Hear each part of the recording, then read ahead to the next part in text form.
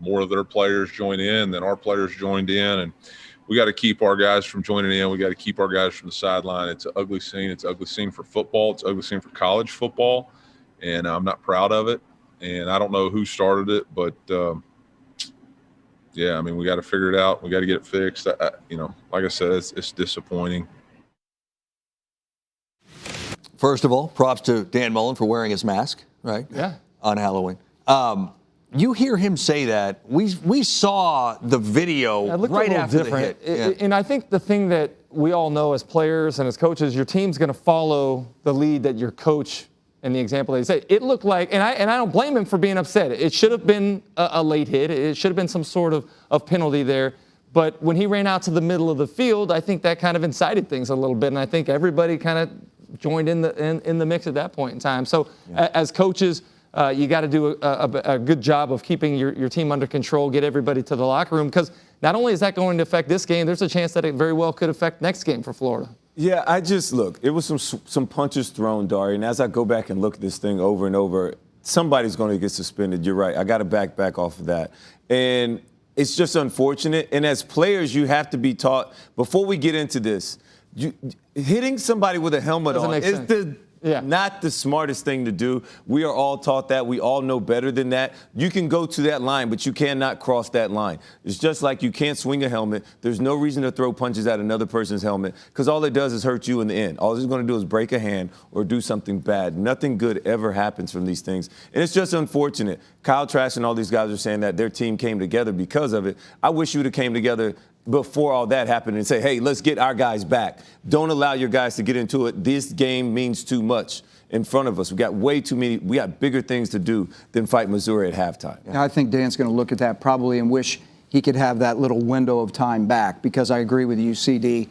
You know, as a coach right now, the first thing you tell your players is if you think something's going to break out or is breaking out on the field, you don't go out there. Yep. That's the first thing you tell your players, right? And if one player just happened to run out there, he's going to get just absolutely shellacked by the coach because he ran out there against your will and what you're supposed to be doing. And it appeared that Dan almost was the first guy out there. Even he seemed to be knowledgeable of it when some of the offensive linemen weren't even, aware of it because they were blocking. So, I don't know, but the bottom line is, like we talked about, both sides got it fixed. That was the main event. You hate to see it in college football. There's no place for it. But it happens. It's only worse if you don't get it under control. When you see somebody from the sideline, I would imagine, in a dead sprint to the middle of the field, whether it's a player or a coach, your antenna goes up, right? Adrenaline starts to pump, and that potentially is ultimately what happened. To your point, you said somebody's going to get suspended. We don't know that.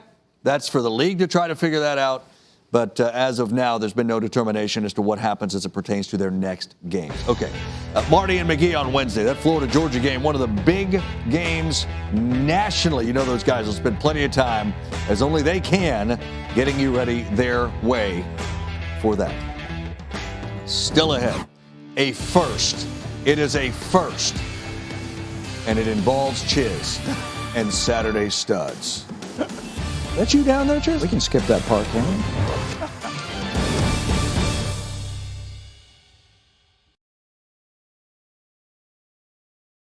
Football, they let him free release. Poles' feet are completely out of position, and Schwartz runs right by him. It's an easy throw for Bo Nix, as you talked about earlier. I don't even think Nix could have missed him in that instance, but complete lack of recognition, lack of communication, and certainly lack of execution.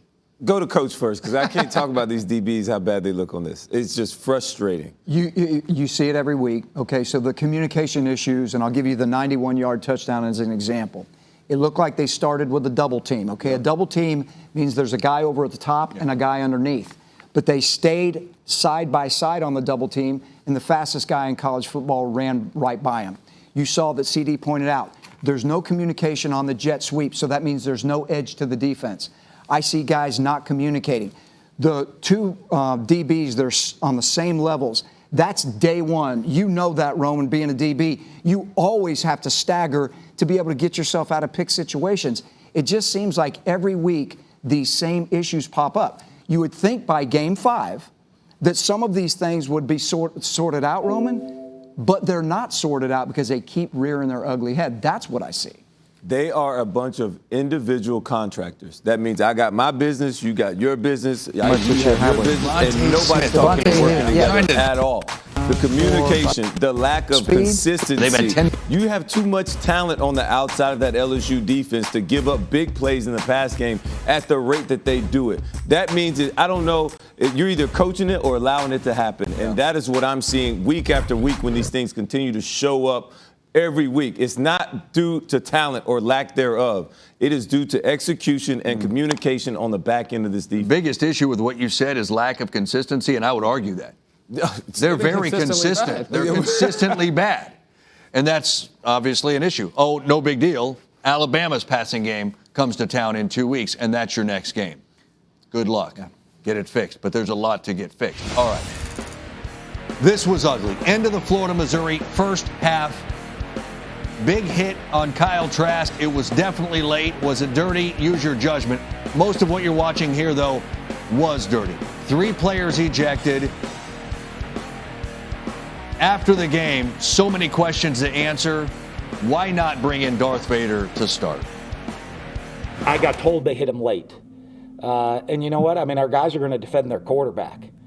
And I think our guys started to do that. And then I think, unfortunately, you're at a play where, if that's a late hit and there's pushing and shoving and it was going to be like 4th down and we had to punt or one of those situations, it's one thing. But when the teams are leaving the field, you have kind of both teams running off the field at the same time. I think it kept growing and growing. We're trying to push guys back. And, unfortunately, it kind of, trying to get in the middle, get the officials to get in the middle, trying to get them to get in the middle, get us in the middle, get their team off, our team off. And, but everyone's running to the locker room and it kind of keeps spilling down that way. So it's a really unfortunate situation.